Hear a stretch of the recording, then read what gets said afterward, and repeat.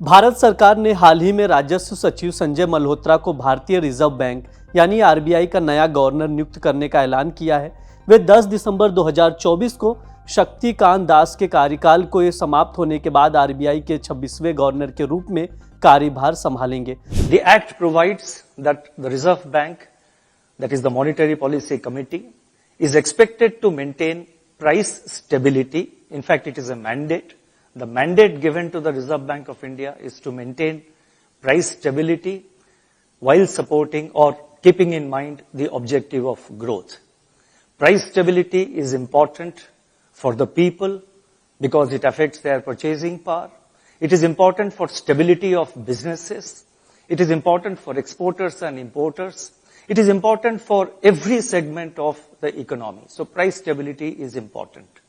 At the same time, growth is also very important. Sanjay Malhotra का चयन वित्त मंत्रालय में उनके उत्कृष्ट प्रदर्शन, भारतीय बैंकिंग सेक्टर और फाइनेंस क्षेत्र में उनके व्यापक अनुभव को देखते हुए किया गया है।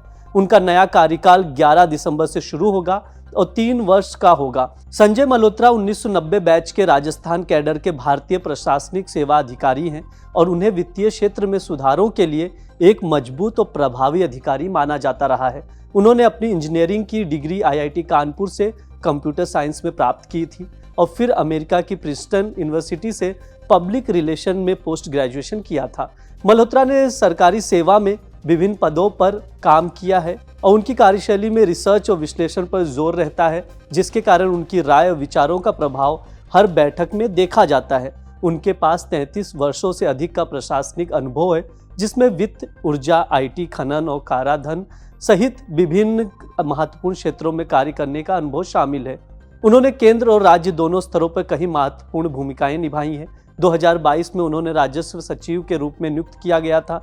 इससे पहले वे वित्त मंत्रालय में फाइनेंस सर्विस डिपार्टमेंट के सचिव थे। मल्होत्रा की गिनती सरकार के भरोसेमंद और कार्यकुशल अधिकारियों में की जाती है।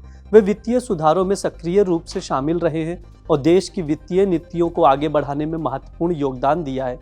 उनके नेतृत्व में ही कई अहम निर्णयों और नीतियों को लागू किया गया है, जिनमें पावर डिस्ट्रीब्यूशन सुधारों में उनकी प्रमुख भूमिका रही है।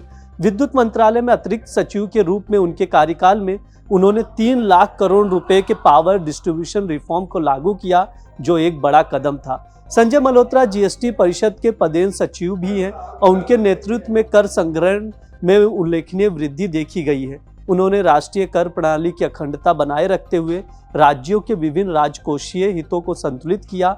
उनके प्रयासों से भारत में टैक्स कलेक्शन को बढ़ावा मिला, साथ गैर कर राजस्व स्रोतों जैसे सार्वजनिक क्षेत्र की इकाइयों से लाभांश, ऋण पर ब्याज और सेवा शुल्क से सरकार का राजस्व बढ़ाने में भी उन्होंने महत्वपूर्ण भूमिका निभाई है।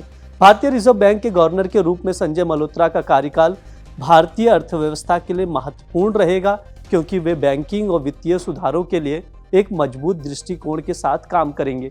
उनके पास लंबा और विविध अनुभव है, जो भारतीय रिजर्व बैंक के लिए एक नई दिशा प्रदान करने में सहायक साबित हो सकता है।